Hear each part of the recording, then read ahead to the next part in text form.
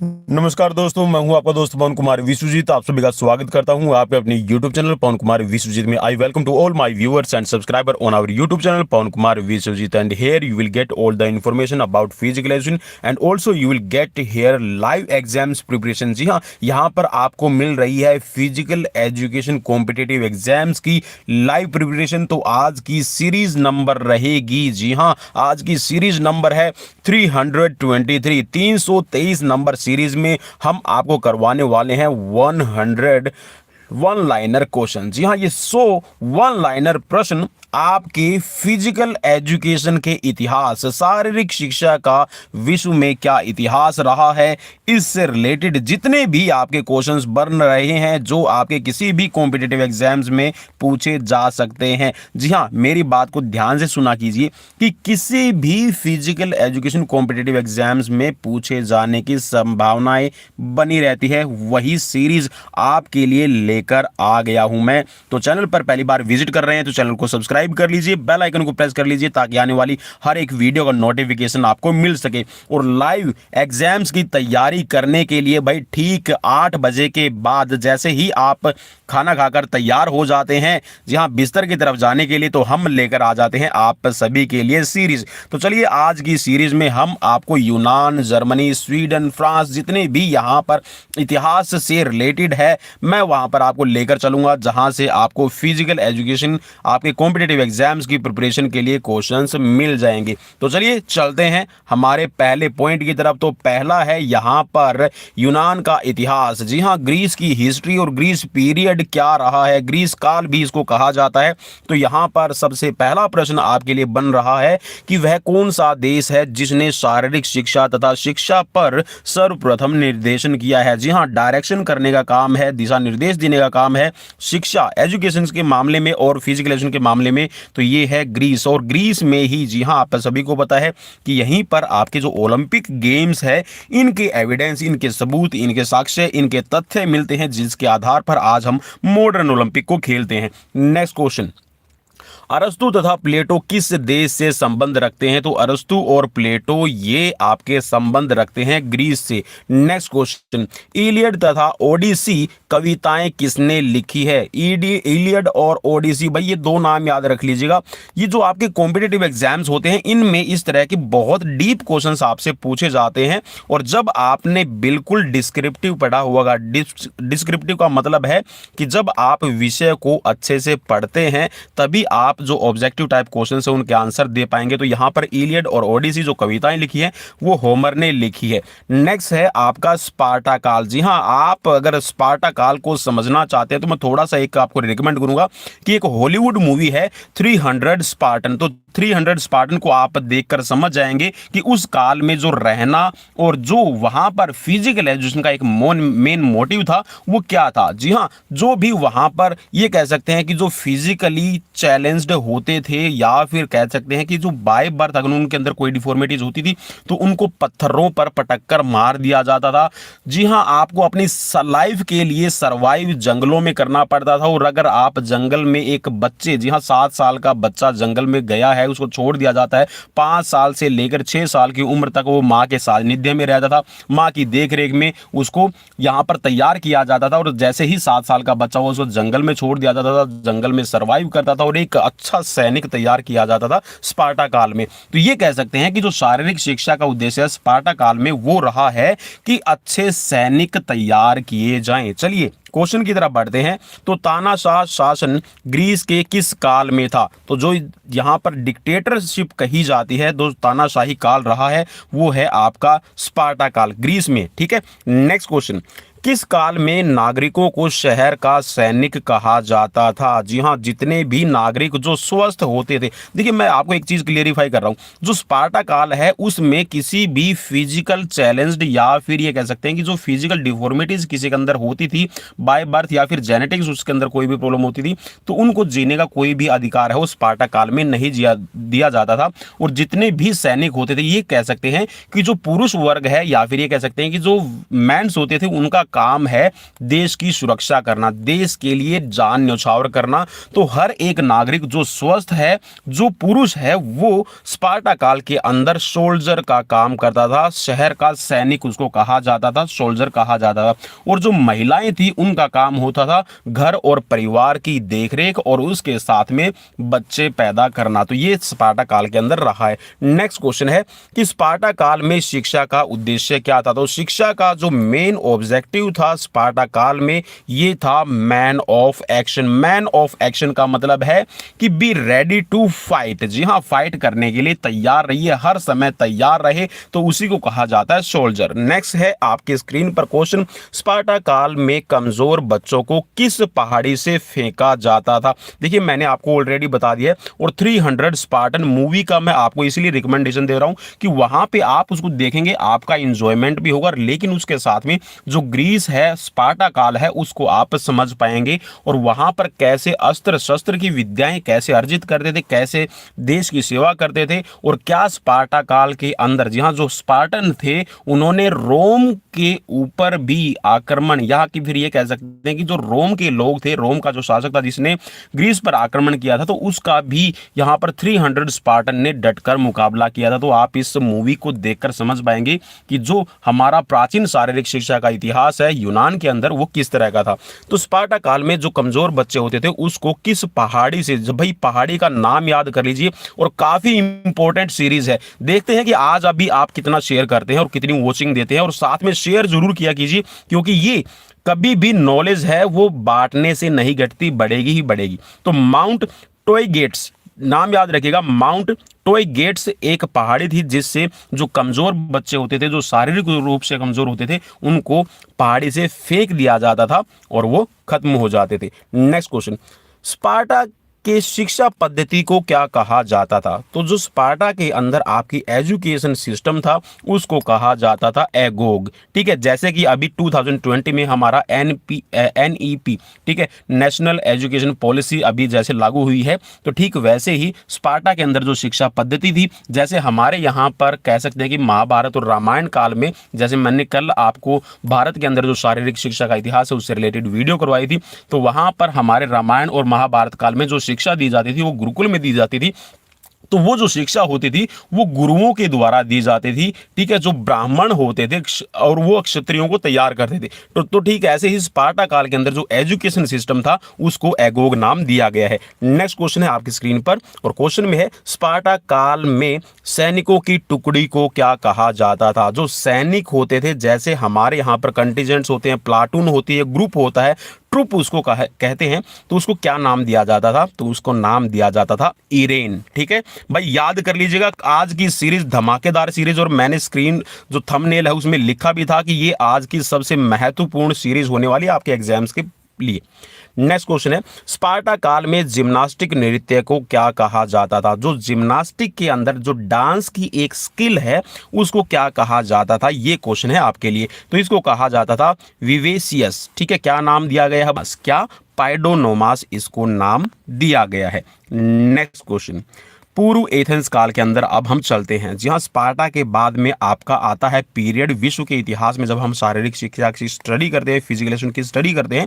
So here is a period is pre Athens period. ठीक है, पूर्व एथेंस काल इसको कहा जाएगा। तो यहाँ पर पहला क्वेश्चन, खेल कूद व कुश्ती के विद्यालय को क्या कहा जाता था? जी हाँ, ये क्वेश्चन आपके लिए बहुत बार एग्जाम्स में मैंने खुद भी फेस किया है और ये क्वेश्चन हर बार पूछा ही जाता है।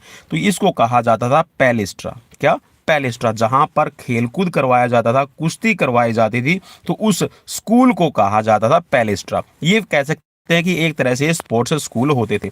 नेक्स्ट क्वेश्चन है कि संगीत के विद्यालय को क्या कहा जाता था? जहां पर म्यूजिक है उसकी जो ट्रेनिंग दी जाती थी, संगीत है, संगीत कैसे बनाया जाए, संगीत के वाद्य यंत्र क्या है, ठीक है, संगीत को कैसे आप मॉडिफाई कर सकते हैं, तो ये जो शिक्षा है वो स्कूल में दी जाती थी। तो इस स्कूल का नाम है डिडैस्किलियम। क्या नाम है? डिडैस्किलियम इसको कहा जाएगा। तो डिडैस्किलियम है संगीत का एक स्कूल। नेक्स्ट क्वेश्चन है कि शारीरिक शिक्षक को क्या कहा जाता था? जी हाँ, जो फिजिकल एजुकेटर होते थे, जैसे आज हम कहते हैं पीई टीचर है, फिजिकल एजुकेशन टीचर है, पीटीआई है, डीपी है। तो जो शारीरिक शिक्षक होते थे प्री एथेंस पीरियड के अंदर फिजिकल एजुकेटर को कहा जाता था पाइडोट्राइव। क्या? पाइडोट्राइव इसको नाम दिया गया है। नेक्स्ट क्वेश्चन है आपकी स्क्रीन पर और क्वेश्चन है कि बॉल गेम से संबंधित शिक्षक को क्या कहा जाता था? बॉल गेम का मतलब है कि जिसके अंदर कोई गेंद है वो गोल है और उन गेंद के द्वारा कोई भी गेम करवाए जाते हैं, तो ऐसे शिक्षक को क्या नाम दिया जाता था?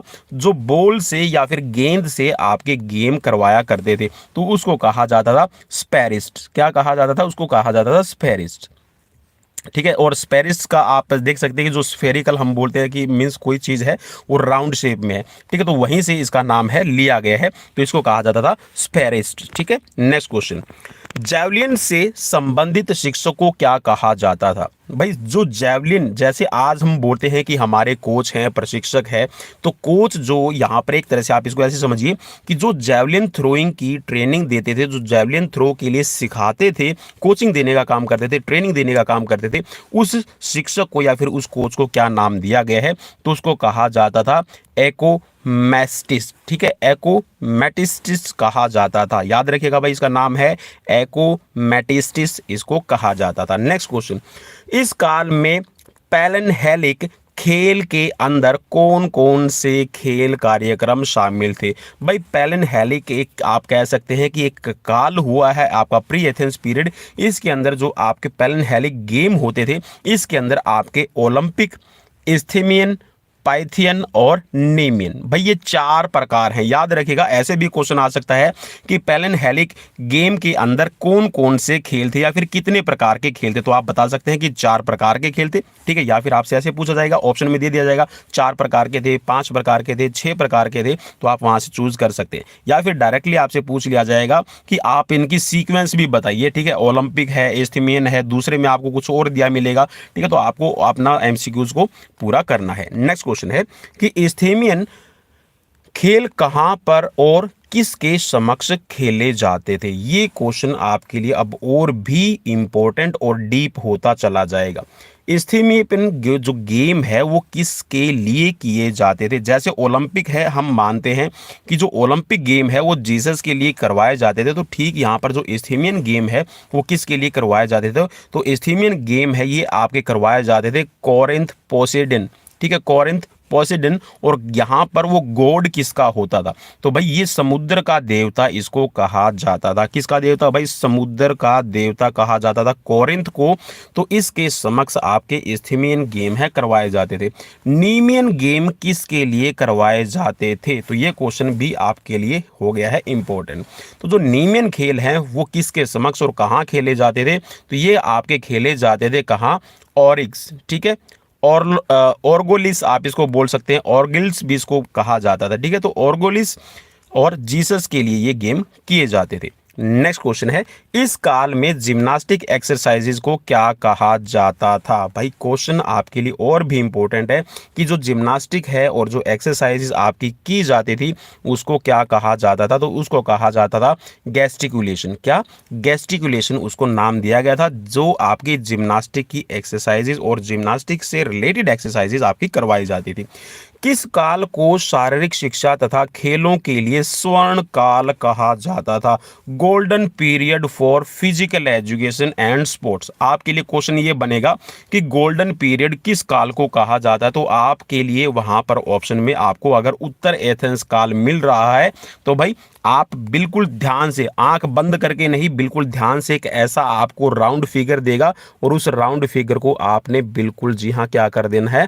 राउंड अप कर देना है। ठीक है। तो आपको वहां पर एक क्वेश्चन का जो सही आंसर देने के एवज में आपको मार्क्स मिल जाएंगे। नेक्स्ट क्वेश्चन है कि किसने कहा कि शिक्षा का मुख्य उद्देश्य परंपरागत ज्ञान को न देखते हुए सही ज्ञान को देखा जाए? भाई ये डेफिनेशंस कई बार आपसे किसी से रिलेटेड पूछी जाती है, तो भाई इनका तो मैं सीधी सी एक ही बात कहूंगा, रट्टा मार लीजिए। इसमें समझने वाली कोई बात नहीं होती भाई, सीधी सी बात है। अगर आप उनकी वर्डिंग को ध्यान में रखें भाई, डेफिनेशन का मतलब होता है कि किसी के कहे गए शब्द जिनके अंदर कोई भी चेंज ना किया जाए, और ऐसी जो डेफिनेशंस होती है वो बड़ी मुश्किल से याद रहती है। जैसे कि आज मैं आपको ऐसा, ठीक है, बोलने के लिए आपको समझा सकते हैं। जैसे मैंने नाम लिया, चलिए मुझे ये बताइएगा, एक डेफिनेशन कही है कि आज के टाइम पे इस आधुनिक युग में हमें फुटबॉल के मैदानों की जरूरत है, ठीक है, ना कि गीता की। तो याद रखिएगा ये डेफिनेशन किसकी, अब इससे रिलेटेड देखिए मैंने बताया कि फुटबॉल है, ठीक है, गीता की बात कर रही है, तो किसने किया था। तो अब इसका आप यहां पर इजीली आंसर दे सकते हैं, क्योंकि ये हमारे कोई भारतीय ही ऐसे फिलोसफर हैं, एक कह सकते हैं कि हमारे ज्ञान के प्रणेता है जिन्होंने ये डेफिनेशन कही है। अब चलिए मुझे बताइएगा कि किसने कही है। नेक्स्ट क्वेश्चन की तरफ बढ़ेंगे। तो भाई ये जो डेफिनेशन यहां पर जो अभी लिखी हुई है, ये डेफिनेशन कही है सुकरात ने, ठीक है। चलिए नेक्स्ट क्वेश्चन, किसने कहा कि शारीरिक शिक्षा तथा मानसिक विद्या में आपस में संबंध होता है। भाई शारीरिक शिक्षा, शारीरिक का मतलब है कि आपकी फिजिकल, और मानसिक विद्या का मतलब है कि यहाँ पर जो आपकी मेंटल एजुकेशन है, इन दोनों के बीच में संबंध है। तो भाई संबंध की बात ये करते हैं प्लेटो। नेक्स्ट क्वेश्चन, किसको मेडिकल जिम्नास्टिक का पिता में कहा जाता है। तो भाई हिप्पोक्रेट्स ने क्लासिफिकेशन भी किया है, अगर आप सभी को पता है तो हिप्पोक्रेट ने पर्सनैलिटी का क्लासिफिकेशन किया है। तो यहाँ पर जो मेडिकल जिम्नास्टिक के पितामह है, फाउंडर है, या फिर ये कह सकते हैं कि भाई जनक है, वो है आपके हिप्पोक्रेट्स। नेक्स्ट क्वेश्चन, पूर्व एथेंस काल में खेलों व एथलेटिक्स समारोह को किस नाम से जाना जाता था। भाई ये क्वेश्चन आपके लिए और भी ज़्यादा इंपॉर्टेंट है, क्योंकि ये क्वेश्चन नेट के एग्जाम्स में पूछा गया था, लेकिन इसमें रीजन असर्शन के तौर पे पूछा गया था, मुझे जहां तक याद है। तो ये है आपका पैलिनहेलिक गेम्स। जी हाँ, पैलिनहेलिक गेम्स है, ये आपके खेलों और एथलेटिक्स से रिलेटेड जो समारोह है उसका नाम था। और पैलिनहेलिक के अंदर कितने हैं भाई, याद रखिएगा 4 इसके अंदर इवेंट्स आते हैं। आपके आते हैं ओलंपिक, एस्थेमियन, पाइथियन और नेमियन। और नेक्स्ट क्वेश्चन, चलिए ये तो इसी से रिलेटेड क्वेश्चन आ गया भाई कि पैलिनहेलिक गेम्स में कौन कौन से गेम्स है के समारोह शामिल किए जाते थे। तो 4 हैं भाई, ये है आपकी स्क्रीन पर, पढ़ लीजिएगा, ठीक है। नेमियन, पाइथियन, एस्थेमियन और आपके ओलंपिक। और ओलंपिक आप कह सकते हैं कि सबसे ज़्यादा पॉपुलर हुए हैं आज के मॉडर्न टाइम पे। नेक्स्ट क्वेश्चन, और ये जो श्रेय है, इनका जो क्रेडिट जाता है, ये है हमारे Baron Pierre de Coubertin. Next question, Pythian खेल कहाँ और किसके समक्ष आयोजित होते थे। जो पाइथियन गेम्स है भाई, वो डेल्फी पर्वत, भाई कौन सा पर्वत है याद रखिएगा, ये क्वेश्चन आपके लिए बहुत इंपॉर्टेंट है। डेल्फी पर्वत के समतल मीन्स जो एक बिल्कुल पैरेलल आपका ग्राउंड वगैरह, ठीक है, जो एरिया बनता है, जैसे कि पहाड़ी एरिया होते हैं, उस पहाड़ी एरिया के अंदर भी आपको एक ऐसा सरफेस मिलेगा जो फ्लैट होता है, ठीक है। तो जो डेल्फी पर्वत था उसके अंदर जो फ्लैट एरिया मिलता था, और इसके साथ में यहाँ पर जो इस फ्लैट एरिया के अंदर, समतल एरिया के अंदर, समतल क्षेत्र के अंदर जो आपके गेम्स करवाए जाते थे, वो अपोलो देवता की पूजा, या फिर ये कह सकते हैं कि अपोलो देवता के समक्ष है। किसके समक्ष भाई, अपोलो देवता के समक्ष आपके करवाए जाते थे, ठीक है, और उसकी पूजा की जाती थी। नेक्स्ट क्वेश्चन, ओलंपिक की रानी किसे कहा जाता है। ओलंपस, भाई आपके लिए ये क्वेश्चन और इससे रिलेटेड थोड़ी सी मैं आपको एक हिस्ट्री भी थोड़ी सी बता देता हूं कि जो मॉडर्न ओलंपिक की शुरुआत हो रही है और जो ओलंपिया वैली की खुदाई हुई थी, तो वहां पर एक टूटा हुआ मंदिर मिला है, उसका नाम ही है हेरा टेम्पल। याद रखिएगा भाई, क्या नाम है, हेरा का टेम्पल भी उसको कहा जाता है। तो ओलंपस की रानी थी यहाँ पर हेरा, और हेरा के टेम्पल से ही आज जो हम आज के आधुनिक युग में हम बात करते हैं टॉर्च की, ठीक है, टॉर्च लाइटनिंग की, या फिर एक ऐसा कहते हैं कि एक मशाल है जो जलाकर लाई जाती है ओलंपिया वैली से, और वो आपकी फिर पहुंचाई जाती है उस होस्टिंग कंट्री में जहां पर गेम हो रहे हैं आपके ओलंपिक के। तो जो हेरा का टेम्पल है भाई, याद रखिएगा, हेरा का टेम्पल या फिर हेरा का मंदिर इसको कहा जाएगा। तो हेरा के टेम्पल में मशाल को सूर्य की किरणों से जलाया जाता है। भाई इस चीज को आप याद कर लीजिएगा। नेक्स्ट क्वेश्चन, आकाश देव किसे कहा जाता है। तो आकाश, जो आकाश देवता है, ये कहा जाता है जीएस को। नेक्स्ट क्वेश्चन, समुद्र देवता किसे कहा जाता है। तो ये है पोसिडोन। क्या, पोसीडोन। सूर्य देवता किसे कहा जाता है? तो ये अपोलो, और अपोलो वैसे कहा जाता है कि एक पर्वत का भी नाम है, क्योंकि आप ये कह सकते हैं कि जो ओलंपिक गेम्स है, या फिर ये कह सकते हैं कि जो आपके एनिशिएंट ओलंपिक गेम्स है, उनके लिए भी किदवंतियाँ, किदवंतियाँ का मतलब होता है कि जो माउथ स्टोरी होती है, जैसे मैंने कुछ कह दिया, किसी दूसरे ने कुछ और बना दिया उसके बारे में, ठीक है। जैसे कि मेरे नाना नानी है, जब मुझे कहानी सुनाते थे तो एक ही बंदर को अलग अलग कैरेक्टर में दिखा दिया करते थे। तो ठीक है, ऐसे ही यहाँ पर जो अपोलो है, कोई पर्वत का पर्वत देवता भी कहता है, कोई समुद्र देवता है, कोई सूर्य देव भी से कहता है। नेक्स्ट क्वेश्चन है कि पृथ्वी की रानी किसे कहा जाता है? तो भाई पृथ्वी की रानी, ठीक है, धरती माता से जो रिलेटेड, हम तो यहाँ पर धरती माता बोलते हैं, लेकिन ऐसा नहीं है कि जो हम भारत माता भी बोल देते हैं अपने देश को, तो ऐसा कोई नहीं है कि वो जर्मनी माता बोलेगा, ठीक है, ऑस्ट्रेलिया माता बोलेगा, ठीक है। तो हमारे भारत में ही एक ऐसी संस्कृति है कि हम जमीन को पूजते हैं और जमीन के लिए जुड़े रहते हैं। तो जो पृथ्वी की रानी है वो कहा जाता था डेमीटर को, क्या? डेमीटर को कहा जाता था। नेक्स्ट क्वेश्चन है कि अलेक्जेंडर किसके शिष्य थे? तो अलेक्जेंडर हैं अरस्तु के शिष्य। फादर ऑफ हिस्ट्री किसे कहा जाता है? तो फादर ऑफ हिस्ट्री जो फिजिकल एजुकेशन से रिलेट है, तो ये फादर ऑफ हिस्ट्री कहा जाता है हेरोडोट्स को, ठीक है। फादर ऑफ हिस्ट्री हेरोडोट्स को कहा जाता है। नेक्स्ट क्वेश्चन, वेद व्यास के वेदों की तुलना यूनान के किस गुरु से की जाती है? तो भाई वेद व्यास जिन्होंने यहाँ पर वेद लिखे हैं, ठीक है, और वेद कितने हैं आप सभी को पता है, वेद हमारे 4 हैं, जिसके अंदर ऋग्वेद, सामवेद, अथर्ववेद और यजुर्वेद 4 वेद आते हैं। तो यजुर्वेद है, अथर्ववेद है, सामवेद है, ऋग्वेद है, इनके अंदर भी योग और शारीरिक शिक्षा से संबंधित बातें हैं, श्लोक हैं, वहां पर छंद है, अलंकार के रूप में कहे गए हैं, और उसके अंदर जो ज्ञान मिलता है ये देने वाले हैं वेद व्यास, ठीक है। तो यहां पर जो वेद व्यास के वेदों की तुलना है यूनान के किस गुरु से की जाती है? तो ये है होमर, ठीक है। नेक्स्ट क्वेश्चन, और अब यहां पर नेक्स्ट क्वेश्चन हमारे स्टार्ट हो रहे हैं आपका रोम पीरियड। भाई रोम का अधिकार हो गया था किस पर? ग्रीस पर। अब जब ग्रीस पर कब्जा हुआ तो जो रोम का शासक था, आपको पता है कि थियोडोसियस था, जिसने गेम बंद करवाए थे, कौन से? जो आपके ओलंपिक गेम्स खेले जाते थे नेशन टाइम पे। तो एक तरह से ये कह सकते हैं कि जो रोम का काल है, यहाँ पर एक तरह से जो शारीरिक शिक्षा का जो कौशल है उसको सुधारने पर कम, और जो शारीरिक शिक्षा से रिलेटेड या फिर स्पोर्ट्स वगैरह थे वो एथेंस में नष्ट किए गए हैं। चलिए पढ़ते हैं रोम पीरियड को। तो रोम के निवासियों को क्या कहा जाता था? तो रोम के जो निवासी होते थे उनको कहा जाता था ओराटोर, क्या? ओराटोर उनको कहा जाता था, ठीक है।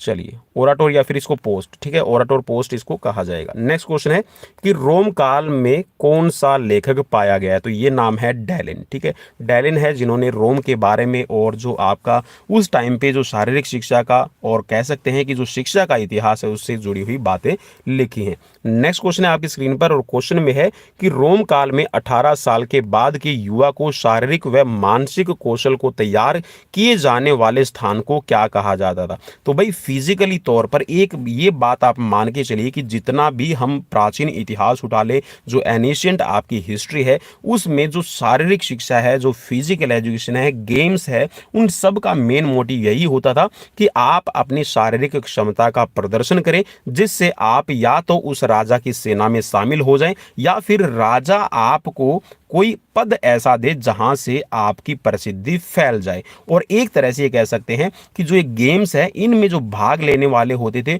वो आम नागरिक नहीं होते थे, इनमें भाग लेने वाला किसी न किसी राजा की प्रजा में जो सैनिक के तौर पर नियुक्त होता था, ठीक है। तो यहाँ पर 18 साल का जो एक युवा होता था, यूथ होता था रोम काल के अंदर, उसको फिजिकली और मेंटली स्ट्रॉन्ग करने के लिए जो स्थान था ये था कैंपस मॉर्टस। क्या नाम है? कैंपस मॉर्टस इसको कहा जाता था।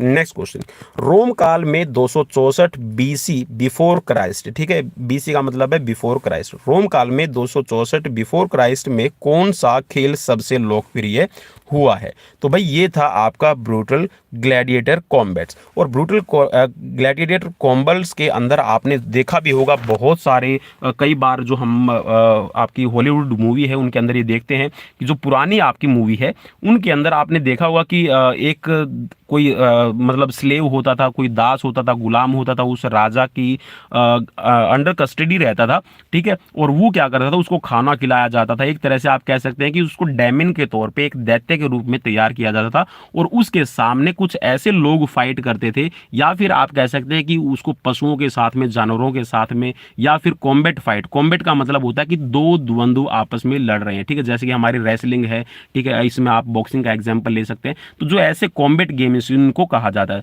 तो जो आपका रोम काल है, इसके अंदर जो प्रसिद्ध गेम था, ये था आपका ब्रूटल ग्लैडिएटोरियल गेम, ठीक है। नेक्स्ट क्वेश्चन की तरफ बढ़ेंगे, और नेक्स्ट है यहाँ पर आपका रोम का उत्तरार्ध काल, मींस लेटर रोम पीरियड। अब लेटर रोम पीरियड के अंदर क्या हुआ, अब हम इसकी तरफ बढ़ेंगे। तो पहला क्वेश्चन है यहाँ पर, इस काल के व्यक्तियों को क्या कहा जाता था। तो भाई जो रोम, आपका रोम के बाद का जो पीरियड रहा है, इसमें हेलेनिक पीपल इनको कहा जाता था। क्या? Hellenic people. इस काल के लोगों को हेलेनिक पीपल क्यों कहा जाता था। अब क्वेश्चन ये आ गया कि हेलेनिक पीपल क्यों कहा जाए। तो यहाँ के लोग लड़कियों और औरतों की शिक्षा पर विशेष ध्यान दिया करते थे। भाई रोम के बाद, ठीक है, जो लेटर रोम पीरियड है, इसमें ये कह सकते हैं कि जो विमेन्स एजुकेशन है, उसके ऊपर जो पुरुष वर्ग था, या फिर ये कह सकते हैं कि वहाँ के जो राजा थे, उन्होंने बहुत ज़्यादा और विशेष तौर पर जो एजुकेशन सिस्टम है लड़कियों के लिए, औरतों के लिए, उस पर बहुत ज़्यादा ध्यान दिया। तो इसीलिए इनको हेलेनिक पीपल कहा जाता है। नेक्स्ट क्वेश्चन है, इस काल में कौन सा मेडिकल स्टूडेंट था जिसने एक्सरसाइज तथा डाइट के बारे में लोगों को बताया। ठीक है, तो यहां पर भाई एक्सरसाइज, मेडिकल स्टूडेंट था, ठीक है, मेडिकल मींस एक साइंस का स्टूडेंट था जिसने एक्सरसाइजेस और डाइट का कॉम्बिनेशन बताया कि जब आप एक्सरसाइज करते हैं तो डाइट का आपके लिए क्या इंपॉर्टेंट रोल है, और जब आप डाइट ले रहे हैं तो उसका एक्सरसाइजेस पर क्या इफेक्ट पड़ता है। तो ये जो बातें बताने वाले मेडिकल स्टूडेंट है, इनका नाम था गैलेन। ठीक है, नेक्स्ट क्वेश्चन, इस काल में प्राइमरी लेवल के विद्यालय को क्या कहा जाता था। प्राइमरी लेवल का मतलब है कि जो आज के टाइम पे आपका 1st to 5th क्लास आपकी होती है, या फिर ये कहिएगा कि जो आपके अब तो प्ले स्कूल है, नर्सरी है, ठीक है, LKG UKG पता नहीं क्या क्या शुरू हो गए। भाई हम तो 6 साल के हुए थे तब स्कूल में जाना शुरू किया था, और उसमें भी 6th क्लास में जब हुए तो ABC पढ़ना शुरू किया था। लेकिन आजकल का जो एक परिवेश है, आजकल की जो मॉडर्न एजुकेशन है, इसके अंदर जैसे ही बच्चा 2.5 साल का हुआ है, उसको जो आपकी प्ले स्कूल है, किड्स स्कूल है, आपका LKG UKG और आगे की क्लासेस में इसको फिर ट्रांसफ़र कर दिया जाता है। तो जो प्राइमरी लेवल के स्कूल्स हैं, उनको कहा जाता है स्कूल ऑफ लिटरेचर। ठीक है, नेक्स्ट क्वेश्चन, इस काल में सेकेंडरी लेवल के विद्यालयों को क्या कहा जाता था। सेकेंडरी, सेकेंडरी का मतलब है जहां पर आपकी एजुकेशन के अंदर आपको ग्रामेटिक सिखाया जाए। तो भाई यहाँ पर जो सेकेंडरी, सेकेंडरी में आप कह सकते हैं कि 6 to 8th क्लास या फिर 6 to 10th क्लास के जो स्कूल्स हैं, उनको क्या कहा जाता है। तो ये है आपके स्कूल ऑफ ग्रामेटिक। ठीक है, इस काल में तलवार युद्ध कहाँ होता था।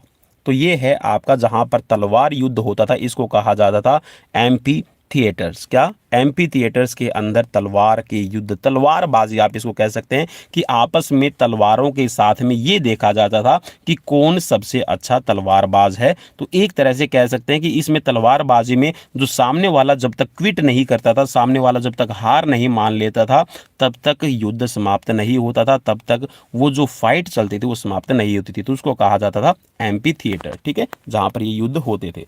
नेक्स्ट क्वेश्चन है, कॉलेजियम थीम ऑफ बाथ, इसको कहां पर पाया जाता है।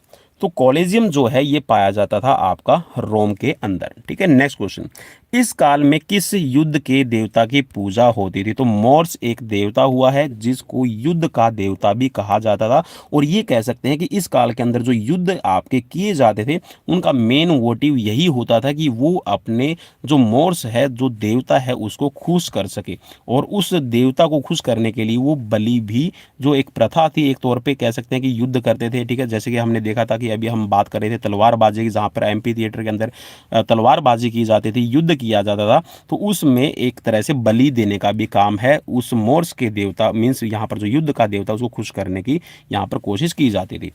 जर्मनी का इतिहास यहाँ पर अगर हम पढ़ें तो यहाँ पर कह सकते हैं कि जो फिजिकल एजुकेशन है वो धीरे धीरे एक तरह से जो आज का परिवेश जहाँ से हम शुरू हुआ है, या फिर ये कह सकते हैं कि जहाँ से हम एक मॉडर्न फिजिकल एजुकेशन की बात करें, तो वो शुरुआत यहाँ से हुई है। तो चलिए इसके बारे में हम पढ़ लेते हैं। तो जर्मनी के मॉडर्न इस इतिहास के अंदर फिजिकल एजुकेशन के अंदर क्या हुआ है, तो खास ये है कि जर्मनी में गट्समत एक नाम का विद्वान हुआ है, एक बहुत ही अच्छा एक फिजिकल एजुकेटर इसको कहेंगे। इन्होंने 2 किताबें लिखी थी, ठीक है। तो ये बोल रहा है कि यहाँ पर क्वेश्चन में ये है कि जर्मनी के गटमट नामक विद्वान ने कौन सी 2 किताबों पर कार्य किया था। तो इन्होंने 2 किताबें कौन कौन सी थी, एक तो थी जिम्नास्टिक फॉर द यंग और एक थी गेम्स, ठीक है। ये 2 पुस्तक थी, इन पर इन्होंने रिसर्च की, इन ये कह सकते हैं इनको लिखने का काम किया है। नेक्स्ट क्वेश्चन है कि किस व्यक्ति ने शारीरिक शिक्षा को जर्मनी में राष्ट्रीय एकता का एक जरिया बनाया है। भाई गट्समत तो कहते हैं कि जो जिम्नास्टिक की शुरुआत करने वाले, ठीक है, कह सकते हैं कि जो जिम्नास्टिक है उसको लाने वाले, और जो शारीरिक शिक्षा का जर्मनी के अंदर कह सकते हैं कि एक एकीकरण और राष्ट्रीय स्तर पर जो शारीरिक शिक्षा उसको पहचान दिलाने का काम है वो किया है फ्रेडरिक लुडविग जॉन, ठीक है। फ्रेडरिक लुडविग जॉन, और वो भी फर्स्ट, याद रखिएगा भाई, फ्रेडरिक लुडविग जॉन प्रथम है ये, ठीक है, जिन्होंने शारीरिक शिक्षा को एक नेशनल लेवल पर पहचान दिलाने का काम किया है। नेक्स्ट क्वेश्चन, जर्मनी के किस विद्वान ने टर्नवेरिन मूवमेंट की शुरुआत की है। और ये क्वेश्चन आपके एग्जाम्स में बहुत बार पूछा गया साथियों, जहां तक मुझे याद है यहाँ पर इस क्वेश्चन को ऐसे पेश किया जाता था कि टर्नवेरिन मूवमेंट वो किस देश से जुड़ी हुई है, टर्वरिन मूवमेंट्स के जनक कौन है, ठीक है। तो यहाँ पर आपके सामने लिखा हुआ है कि जर्मनी के किस विद्वान ने टर्नवेरिन मूवमेंट को यहाँ पर शुरुआत दी है, किसने चलाया इसको, तो ये है लुडविग जॉन, ठीक है। नेक्स्ट क्वेश्चन, जर्मनी में आधुनिक शारीरिक शिक्षा को शिक्षा से संबंधित करते हुए विचार किसने रखे थे। तो भाई यहाँ पर शारीरिक शिक्षा से संबंधित जो विचार देने का काम है आधुनिक तौर पर मॉडर्न फिजिकल एजुकेशन के लिए, तो ये काम किया है जॉन बर्नार्ड बेस्डो ने, और ये इनका काल रहा है, मीन्स जो इनका टाइम पीरियड रहा है ये है 1723 से लेकर 1790, ठीक है। नेक्स्ट क्वेश्चन, 1724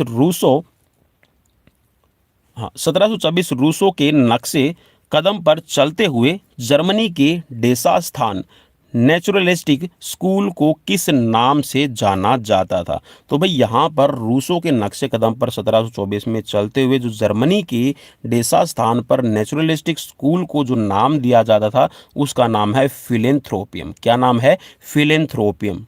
आप ये कह सकते हैं कि जो जर्मनी के स्कूल हैं, भाई आप इसको ऐसे भी पढ़ लीजिए कि जो जर्मनी के स्कूल हैं डेसा के स्थान पर जो पाए जाते थे उनको कहा जाता है फिलेंथ्रोपियम, ठीक है। नेक्स्ट क्वेश्चन, जर्मनी में वह कौन सा पहला शिक्षक था जिसने पूरे स्कूल को 1 घंटा सुबह और 2 घंटे दोपहर में भिन्न भिन्न खेलों को खिलवाए जाने का काम किया है। एक तरह से ये कह सकते हैं कि फिजिकल एजुकेशन की जो क्लासेस हैं और फिजिकल एजुकेशन का आप ये कह सकते हैं कि जो खेल वाला पार्ट है, स्पोर्ट्स का पार्ट है, वो 1 घंटे सुबह के टाइम पे, ठीक है, और 2 घंटे दोपहर के टाइम पे अलग अलग डिफरेंट टाइप ऑफ गेम्स है, उनकी स्किल्स है और गेम खिलाने का काम है वो किया है जॉन सीमन ने, ठीक है, जॉन सीमन। नेक्स्ट क्वेश्चन, वह कौन सा विद्वान था जिसने फिलेंथ्रोपियम के शिक्षण कार्य से अभिप्रेरित होकर 1785 में स्फेंथलिल एजुकेशन इंस्टीट्यूट को खोला। तो इनका नाम है क्रिश्चियन गॉफिथ सेल्जमन, ठीक है, क्रिश्चियन गॉफिथ सेल्जमन, जिन्होंने फिलेंथ्रोपियम से प्रेरित होकर 1785 में जो आपके सेंट फेंथल एजुकेशन इंस्टीट्यूट की शुरुआत की। नेक्स्ट क्वेश्चन, जर्मनी में किस विद्वान को आधुनिक कालीन शारीरिक शिक्षा का पितामह कहा जाता? मॉडर्न ये कह सकते हैं कि यहाँ पर इनको जर्मनी के किस विद्वान को मॉडर्न एजुकेशन, ठीक है, आधुनिक काल के अंदर शारीरिक शिक्षा का पितामह, ठीक है, मॉडर्न की बात कर रहा है, ठीक है, ना कि प्राचीन की। मैं इसमें पजल हो गया था आधुनिक के तौर पर, ठीक है। तो यहाँ पर जो मॉडर्न फिजिकल एजुकेशन का पितामह है ये कहा जाता है जॉन बर्नार्ड बेस्डो, ठीक है, JB बेस्डो इसका शॉर्ट फॉर्म में नाम लिखा हुआ है। जर्मनी जिम्नास्टिक का ग्रैंडफादर, ठीक है, ग्रैंडफादर, भाई फादर अलग होता है और ग्रैंडफादर, आप इनमें थोड़ा सा डिफरेंस समझ गए होंगे, ठीक है। एक तो होता है पितामह, ठीक है, और एक होता है पिता। तो यहाँ पर पितामह का मतलब, यहाँ पर ग्रैंडफादर का मतलब है भाई दादाजी। तो एक तरह से जो जिम्नास्टिक के अंदर जो सबसे पहले यहाँ पर काम किया है तो ये हैं आपके जॉन क्रिस्टोफर फ्रेडरिक गर्ट्समथ। ठीक है, ये कह सकते हैं कि जो सबसे पहले यहाँ पर जिम्नास्टिक की शुरुआत है वो फ्रेडरिक गर्ट्समथ ने की थी। नेक्स्ट क्वेश्चन, जर्मनी के गर्ट्समथ नामक विद्वान ने कौन सी 2 किताबों पर कार्य किया था? तो भाई इसके बारे में हम ऑलरेडी डिस्कस कर चुके हैं। ये है एक तो आपकी खेल और एक है आपकी gymnastic for the young. Next question है कि किस व्यक्ति ने शारीरिक शिक्षा को जर्मनी में राष्ट्रीय एकता के जरिए बताया है? ठीक है, राष्ट्रीय एकता का जरिए मीन्स यहाँ पर राष्ट्र का एकीकरण आप कर सकते हैं। फिजिकल एजुकेशन एक ऐसा सब्जेक्ट है, ये जो बताने का काम है ये किया है फ्रेडरिक लुडविग जोन ने। नेक्स्ट क्वेश्चन है कि जर्मनी के किस विद्वान ने टर्मरिन मूवमेंट की शुरुआत की है? ऑलरेडी ये डिस्कस कर चुके हैं, तो क्वेश्चन ये है Ludwig zone. Next question, Ludwig zone ने 1811 में टर्न प्लेट्स नाम का जो नाम है किसको दिया था? ठीक है, चलिए नाम है टर्न प्लेट्स और ये 1811 में दिया गया था लुडविग जोन के द्वारा। तो ये किसको दिया गया था? ये है एक आयताकार मैदान, जी हाँ, रेक्टेंगुलर एक मैदान होता था जिसके अंदर बैलेंस बीम आपने देखा होगा, जिसको हम ऊपर बैलेंस बनाते हैं, हॉरिजेंटल बार और ट्रैक आदि की जो क्रियाएं हैं, या फिर ये कह सकते हैं कि एक ट्रैक बना हुआ था जिसके ऊपर खिलाड़ी दौड़ते थे। नेक्स्ट क्वेश्चन है कि जर्मन जिम्नास्टिक पर किताब किसने लिखी है? तो ये लुडविग जोन ने लिखी है। ठीक है, और 1816 में जर्मन जिम्नास्टिक पर। नेक्स्ट क्वेश्चन, किस विद्वान ने manual of gymnastic for school नामक किताब लिखी है? भाई ये क्वेश्चन आप याद कर लीजिएगा, रट्टा लगा लीजिएगा, ठीक है, समझ लीजिएगा। जब तक इन क्वेश्चंस को आप नहीं करेंगे भाई सीधा सा फिजिकल एजुकेशन में अगर आप कामयाब होने की सोच रहे हैं तो भूल जाइए। भाई दिल से पढ़ाई शुरू कर दीजिए, किसी भी एग्जाम्स की वेट मत कीजिए कि नहीं अभी एग्जाम नहीं आए हैं, 2 दिन बाकी हैं, 2 महीने बाकी हैं, अरे अगले साल आएगा फिर करेंगे। अगर आप ऐसे सोच रहे हैं तो तैयारी नहीं हो पाएगी। तो manual of gymnastic for school ये नाम की किताब लिखी है एडोल्फ स्पीस ने। ठीक है, एडोल्फ स्पीस ने नाम ये जो पुस्तक है manual of gymnastic for school लिखी है। नेक्स्ट क्वेश्चन, जर्मनी द्वारा मॉन्ट्रियल ओलंपिक में 3रा स्थान प्राप्त करने के पश्चात शारीरिक शिक्षा को पहली कक्षा से अनिवार्य विषय के रूप में रखने में किस विद्वान की अहम भूमिका रही है? तो ये हैं डी कार्ल डाइम के प्रयास से जब जर्मनी यहाँ पर एक कह सकते हैं कि मॉन्ट्रियल का जो आपका ओलंपिक खेला गया है उसमें 3रा स्थान है जर्मनी को मिला था। तो इसके पश्चात जो फिजिकल एजुकेशन को पहली क्लास से एक कंपलसरी सब्जेक्ट के रूप में स्थान दिया गया है। और हमारे यहाँ पर अभी तक 11th और 12th ये कह सकते हैं कि फिजिकल एजुकेशन आपका ग्रेजुएशन में भी हम उसको as a elective subject choose करते हैं। तो ये कह सकते हैं कि एक भारत की विडंबना है और ये भारत के अंदर जो एजुकेशन पॉलिसी है इसकी मैं कमी मानता हूँ। चलिए नेक्स्ट क्वेश्चन की तरफ बढ़ेंगे और यहाँ पर अभी हम करेंगे डेनमार्क के इतिहास के बारे में कि जो डेनमार्क का इतिहास है या फिर डेनमार्क का फिजिकल एजुकेशन की फील्ड में क्या योगदान रहा। तो इससे 2-3 रिलेटेड क्वेश्चन है तो इनको हम देख लेते हैं। तो डेनमार्क में आधुनिक शारीरिक शिक्षा का पितामह किसे कहा जाता है? तो भाई ये क्वेश्चन आपको काफ़ी इंपॉर्टेंट रोल देगा। तो ये है फ्रेंच नॉक्टिगल। क्या नाम है? फ्रेंच नॉक्टिगल इनका नाम है और इनको कहा जाता है डेनमार्क में शारीरिक शिक्षा का पितामह। नेक्स्ट क्वेश्चन है कि डेनमार्क के किस विद्वान को गर्ट्समथ का अनुयायी माना जाता है? गर्ट्समथ कौन था भाई? ये है आपके शारीरिक शिक्षा जर्मनी के अंदर जिम्नास्टिक के कह सकते हैं कि पितामह कहे जाते हैं गर्ट्समथ। तो यहाँ पर गर्ट्समथ का अनुयायी मीन्स उनका चेला, जी हाँ उनका शिष्य है, ठीक है, उनका स्टूडेंट है, तो फ्रेंच नॉक्टिगल को कहा जाता है। नेक्स्ट क्वेश्चन है दनिरा जिम्नास्टिक कहाँ प्रचलित हुआ है? तो दनिरा जो आपका जिम्नास्टिक है एक तरह से कह सकते हैं कि जिम्नास्टिक का टाइप रहा, तो ये डेनमार्क के अंदर आपका प्रचलित हुआ है। और अब बढ़ते हैं यहाँ पर स्वीडन की तरफ और स्वीडन का भी फिजिकल एजुकेशन की फील्ड में बहुत बड़ा रोल रहा है। चाहे वो आप बात कर ले फार्टलैग ट्रेनिंग, जी हाँ, जिसको स्पीड प्ले कहा जाता है, तो ये एक स्वीडिश वर्ड और स्वीडन से ही इसकी उत्पत्ति हुई है। तो स्वीडन का काफ़ी बड़ा रोल रहा है फिजिकल एजुकेशन की फील्ड में। तो चलिए पढ़ते हैं। स्वीडन में शारीरिक शिक्षा को ऊंचा दर्जा दिया जाने में किस विद्वान का हाथ था? तो इनका नाम है पर हेनरिक लिंग। जी हाँ, पर हेनरिक लिंग। तो इनका सबसे बड़ा योगदान रहा कि फिजिकल एजुकेशन को एक अच्छी पहचान, एक अच्छी रेपुटेशन मिले। पर हेनरिक लिंग ने जिम्नास्टिक को कितने समूहों में बांटा था? तो पर हेनरिक लिंग ने जिम्नास्टिक को 4 प्रकार का बताया है, या फिर ये कह सकते हैं कि 4 भागों में बांटा था, जिससे आप किसी भी जो जिम्नास्ट या फिर कह सकते हैं कि किसी भी एथलीट की अच्छे से प्रैक्टिस करवा सकें। तो पर हेनरिक लिंग ने ये काम किया है कि जिम्नास्टिक को 4 भागों में बांटा। पर हेनरिक लिंग द्वारा शरीर को मजबूती देने के लिए तथा गलत आसन को रोकने के लिए जो अभ्यास बनाए, उसको क्या नाम दिया था? उसको नाम दिया था form giving movement. Form giving movement नाम दिया है किसने? पर हेनरिक लिंग ने, जो शरीर को स्ट्रेंथ देने का काम करती थी और इसके साथ में जो गलत पोस्चर होते हैं उसको आप रोक सके, इसके लिए जो एक्सरसाइजेज बनाई है उसको नाम दिया गया है form giving movement. Next question, पर हेनरिक लिंग की याद में 1939 तथा 1949 में उनकी बरसी के दिन कौन सा समारोह किया गया था? भाई 2 बार आपका हुआ है। एक तो है आपका फर्स्ट लिंगयार्ड, इसको ऐसे भी बोला जाता है कि फर्स्ट लिंगयार्ड गेम है कहाँ हुए, ठीक है। सेकंड लिंगयार्ड गेम है कहाँ हुए, तो भाई ये याद रखिएगा। तो जो आपका फर्स्ट लिंगयार्ड गेम है आपके, इनको द लिंगयार्ड भी कहा गया है, ठीक है, द लिंगयार्ड। तो यहाँ पर 1939 और 1949 में जो पर हेनरिक लिंग की बरसी थी उस पर ये समारोह आयोजित किया गया। इसके अंदर गेम्स करवाए गए थे, जिम्नास्टिक की एक्टिविटी करवाई गई थी। हनुमान व्यायाम शाला प्रसारक मंडल अमरावती की एक टीम ने किस लिंगयार्ड में भारतीय संस्कृति तथा उसकी पद्धति का प्रदर्शन किया था? तो भाई यहाँ पर हनुमान व्यायाम प्रसारक मंडल अमरावती 1914 के अंदर इसकी स्थापना हुई थी। और एक तरह से ये कह सकते हैं कि भारतीय इतिहास में जो आपका HVPM हनुमान व्यायामशाला प्रसारक मंडल अमरावती है उसका बहुत बड़ा योगदान रहा, क्योंकि 1936 का आप ओलंपिक देख लीजिए जहां पर जो खो खो को पहचान दिलाने का, कबड्डी का जो प्रदर्शन है वो गेम्स का प्रदर्शन वहां पर किया गया। और इसके साथ में जो भारत के अंदर भारतीय संस्कृति, भारत का जो कल्चर है उसको विश्व स्तर पर पहचान दिलाई। तो जो लिंगयार्ड आपका सेकेंड लिंगयार्ड इसको कहा जाता है, ठीक है, 1949 में हुआ था आपका लिंगयार्ड स्कॉटहोम के अंदर।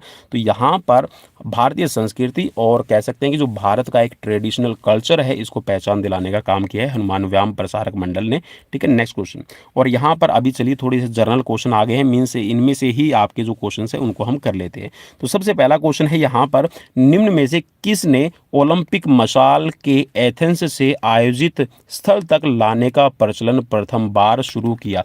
तो भाई आपके लिए ये क्वेश्चन थोड़ा सा इजी और एक तरह से कह सकते हैं कि इसको समझने वाला है। एडोल्फ हिटलर, एडोल्फ हिटलर भाई आप इसको कहिए नाजीवाद, ठीक है। कौन सा? नीजा लिख दिया मैंने, चलिए मैं इसको दोबारा लिख देता हूँ भाई, नाजीवाद। नाजीवाद एक तरह से ये कह सकते हैं कि एक ऐसा आपका कह सकते हैं कि समूह था, या फिर आप इसको एक तरह से कह सकते हैं कि, चलिए मैं इसको दोबारा लिख देता हूँ भाई, काफ़ी मिस्टेक कर रहा हूँ मैं लिखने में, चलिए मैं दोबारा लिख रहा हूँ। तो एडोल्फ हिटलर, भाई एडोल्फ हिटलर जर्मनी का एक डिक्टेटर, जर्मनी का एक तानाशाह था, डिक्टेटर कोई कहा जाता था, तानाशाह, ठीक है। तो ये नाजीवाद एक पार्टी इन्होंने बनाई थी, ठीक है, जिसका मेन मकसद था कि पूरे विश्व में नाजीवाद को फैलाया जाए और पूरे विश्व में जो यहाँ पर एक नाजीवाद, ये कह सकते हैं कि जो तानाशाही एक प्रथा के द्वारा पूरे विश्व में हुकूमत की जाए और पूरे विश्व में जर्मनी का लोहा मनवाया जाए। तो ये एडोल्फ हिटलर की थिंकिंग थी और इसी को इन्होंने आगे बढ़ाया था। एडोल्फ हिटलर के कह सकते हैं कि तानाशाह होते हुए, वहाँ का कह सकते हैं कि सर्वे सर्वा होते हुए जर्मनी के अंदर 1936 के अंदर आपके बर्लिन ओलंपिक खेले गए थे। और 1936 के बर्लिन ओलंपिक हुए थे तो यहाँ पर इन्होंने क्या किया था कि जो टॉर्च रिले, ठीक है, टॉर्च रिले आप इसको कहिएगा, जो ओलंपिक मशाल थी उसको, ओलंपिक मशाल को एथेंस से जलाकर, और जैसा मैंने आपको बताया भी था कि हेरा के टेम्पल में, किसके टेम्पल में? हेरा टेम्पल में इसको सूर्य की किरणों से प्रज्वलित करके, उस सूर्य की किरणों से इसको जलाकर और फिर होस्टिंग कंट्री के अंदर लाया जाता है, मैंने आपको बताया था। तो जो टॉर्च रिले का पहली बार आयोजन है, पहली बार उसका जो कह सकते हैं कि जो प्रोग्राम है वो 1936 के बर्लिन ओलंपिक में शुरू हुआ था। अब आपसे क्वेश्चन ये बन सकता है तो पहली बार ओलंपिक मशाल है कब जलाई गई? तो ये 1928 के अंदर, 1928 में पहली बार इसको जलाया गया था, ठीक है, एम्स्टर्डम ओलंपिक में। नेक्स्ट क्वेश्चन की तरफ बढ़ेंगे। अंतरराष्ट्रीय ओलंपिक समिति का मुख्यालय कहाँ है? तो ये आप सभी को पता है कि लुसाने, स्विट्जरलैंड। तो ये तो आपके लिए ये कह सकते हैं कि बम्पर क्वेश्चन है भाई, इजी क्वेश्चन है, ठीक है। नेक्स्ट क्वेश्चन है, प्राचीन ग्रीस में डिडास्क्लियम क्या होते थे? तो ये संगीत के विद्यालय है, डिडास्किलियम इसको कहा जाता था। प्राचीन ग्रीस में गॉड ऑफ हीलिंग का यहाँ पर कह सकते हैं कि जो घाव भरने वाला, हीलिंग, हीलिंग का मतलब होता है कि किसी चीज़ को ठीक कर दे, ठीक है, वो चाहे चोट है या फिर कोई भी किसी भी तरह का जो आपकी लिविंग बीइंग से रिलेटेड है उसके भरने का काम करे, हीलिंग का काम करे, रिपेयरिंग का काम करे। तो यहाँ पर जो गॉड ऑफ हीलिंग है वो कहा जाता था जीएस देवता को, और इसी की याद में आप कह सकते हैं कि जो ओलंपिक गेम्स है वो आपके करवाए जाते थे। नेक्स्ट क्वेश्चन है, लेजियम की स्थापना किसने की है? तो लेजियम की जो स्थापना है वो की है एरिस्टोटल ने, ठीक है, एरिस्टोटल आप इसको कह सकते हैं कि अरस्तु, ठीक है। नेक्स्ट क्वेश्चन, प्राचीन रोम में कैंपस मोर्टियस क्या होते थे? तो कैंपस मोर्टियस सैनिक मैदान होते थे जहां पर रोम के जो 18 साल से ऊपर के सैनिक हैं, 18 साल से ऊपर के जो युवा हैं, उनको मानसिक और शारीरिक तौर पर उनको एक्सरसाइजेज की जाती थी, उनको मेंटली और फिजिकली स्ट्रांग बनाया जाता था, जिससे वो अपने राज्य की सीमाओं की, देश की सीमाओं की रक्षा कर सके। नेक्स्ट क्वेश्चन, प्रथम स्पेशल ओलंपिक आपके कहाँ हुए? तो पहले जो स्पेशल ओलंपिक आपके खेले गए हैं ये खेले गए हैं यूएसए के अंदर, ठीक है, United state America. Next question है, टर्न वेरियन मूवमेंट जर्मनी में किसके द्वारा शुरू की गई? तो ये ऑलरेडी डिस्कस कर चुके हैं, तो इनका नाम है लुडविग जॉन। नेक्स्ट क्वेश्चन है, राजकुमारी अमृत कौर कोचिंग स्कीम की स्थापना कब हुई? तो राजकुमारी अमृत कौर कोचिंग स्कीम है भाई, ये बाहर देश से रिलेटेड नहीं है, ये हमारे ही देश से रिलेटेड है, ठीक है। तो 1953 में इसकी शुरुआत की गई है, Rajkumari Amrit Kaur coaching scheme. Next question, school game federation of India की स्थापना है कब हुई है? तो ये हुई है 1954 के अंदर, ठीक है, 1954। और school game federation of India जितने भी स्कूल्स हैं, वो चाहे आपके प्राइवेट हैं चाहे स्कूल्स हैं, उनके राष्ट्रीय, डिस्ट्रिक्ट, आपका जिला स्तर, ठीक है, और आपका नेशनल लेवल पर ये गेम करवाने के काम करती है। नेक्स्ट क्वेश्चन है, अतिरिक्त शक्ति की धारणा, थ्योरी ऑफ सरप्लस एनर्जी किस विद्वान ने प्रतिपादित की है? तो इनका नाम है हर्बर्ट स्पेंसर, ठीक है, स्पेंसर थ्योरी भी इसको कहा जाता है। याद रखिएगा भाई, जो सरप्लस एनर्जी थ्योरी है इसको स्पेंसर थ्योरी के नाम से भी जाना जाता है, ठीक है। कभी ऐसा क्वेश्चन आ जाए आपके सामने कि स्पेंसर थ्योरी है, किसको कहा जाता है, फिर वहां पर आपको थ्योरी दे दी जाए और आप ना बता पाए।